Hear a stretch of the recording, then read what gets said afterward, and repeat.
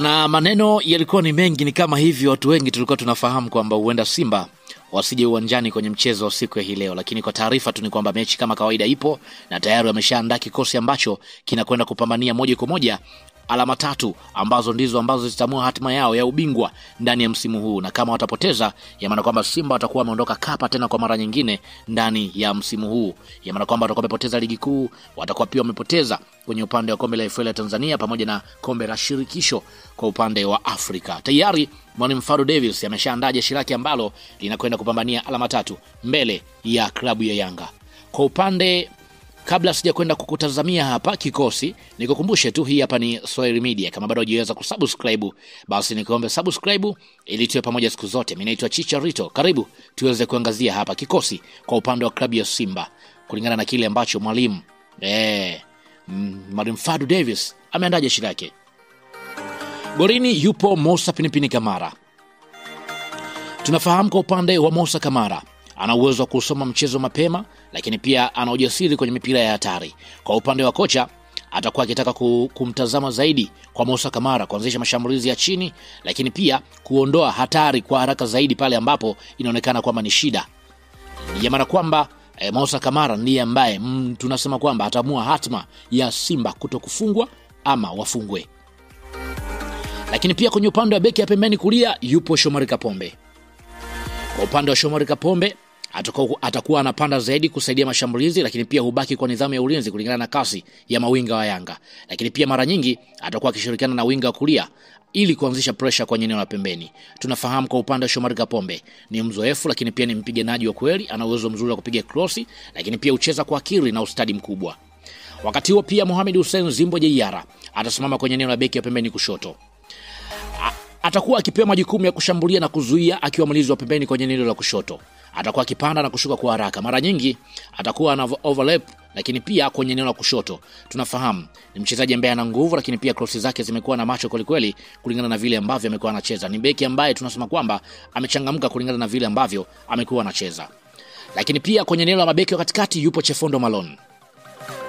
Kwa upande wa Chefondo Malone, yeye tunasema kwamba hupangwa kama beki wa kati mwenye jukumu la kuongoza safu ya ulinzi, lakini pia usaidia kupiga pasi ndefu kwenda mbele zaidi, lakini pia pale timu ambapo inakuwa inashambulia. Tunafahamu ni beki ambaye amekuwa na uimara wa hali ya juu kwenye mipira aina yoyote, lakini pia amekuwa ni mtulivu na amekuwa akijiamini kulingana na vile ambavyo amekuwa anacheza. Kwenye eneo hilo atasaidiana na Chamuka Rabu. Kwa upande wa Chamuka Rabu atasaidiana na Chefondo Malone kwenye eneo hilo kulingana na vile ambavyo amekuwa anacheza, lakini pia atakuwa na jukumu la kuzuia washambuliaji wa Yanga kama Clement Mzize na kupiga mipira ya kurudisha katika timu na kujihami zaidi. Tunafahamu ni mchezaji ambaye ameweza kuonyesha ubora wa hali ya juu wa kupiga mipira mirefu, lakini pia atakuwa na utulivu wa hali ya juu kutokana na pressure ambayo itakuwepo kwenye mchezo. Wakati huo kwenye eneo la kiungo mkabaji yupo Yusuf Kagoma.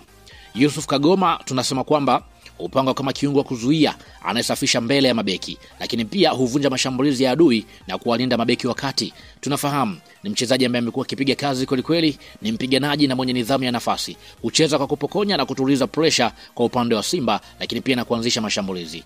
Na wakati huo kwenye eneo hilo atasaidiana na Fabrice Ruamba Ngoma kama center midfield. Tunafahamu kwa upande wa kocha namna ambavyo atakuwa akimtumia Fadlu Davis, atakuwa akicheza kama kiungo wakati anayeunganisha safu ya ulinzi na kwenye eneo la kushambulia.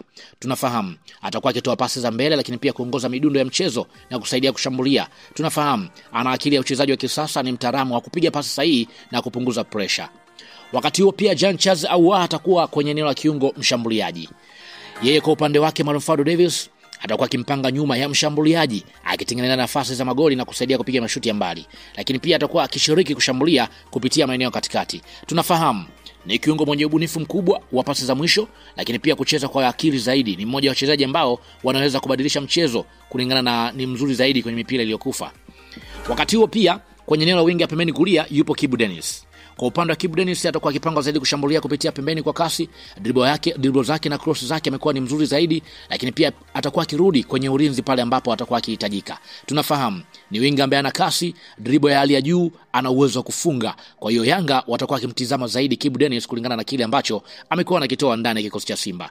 Wakati huo pia Elim Panzu atasimama kwenye eneo la wingi ya pembeni kushoto. Jinsi kocha ambavyo atakuwa akimtumia, atakuwa akipewa uhuru wa kuingia katikati na kutafuta sehemu ya kupiga mashuti, kwa sababu ndivyo ambavyo amekuwa anacheza mara zote. Lakini pia atakuwa akitoa msaada zaidi kwa beki wa pembeni kushoto. Lakini pia tunafahamu kwa upande wa Elim Panzu, ana mpira mzuri mguni, ni mbunifu na upige mashuti ya mbali, na amekuwa kweli analiona lango. Kwa hiyo hata golikipa Djigui Diarra lazima awe timamu kulingana na vile ambavyo Mpanzu anavyocheza. Lakini pia kwenye eneo la kushambulia yupo Steven Mukwala.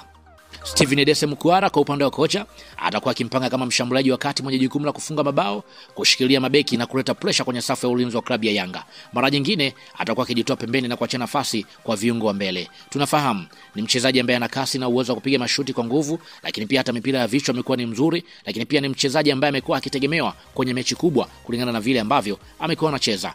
Maana kwamba hicho ndicho kikosi kwa upande wa klabu ya Simba dhidi ya Yanga.